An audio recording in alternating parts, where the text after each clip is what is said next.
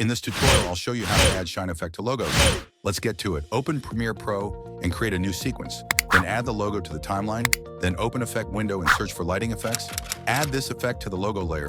Then head over to the Effect Controls panel under the lighting effects. Under the lighting effects, change ambience intensity to 100.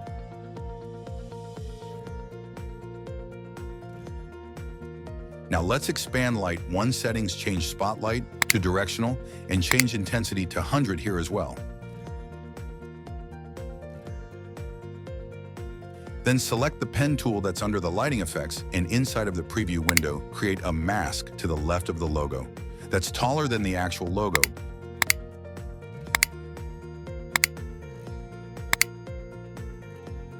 Then make sure the time indicator is at the beginning of the logo layer.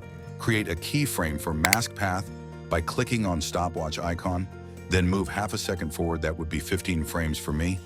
Then select the mask one in order to see it in the preview window and drag it across to the other side to the right of the logo.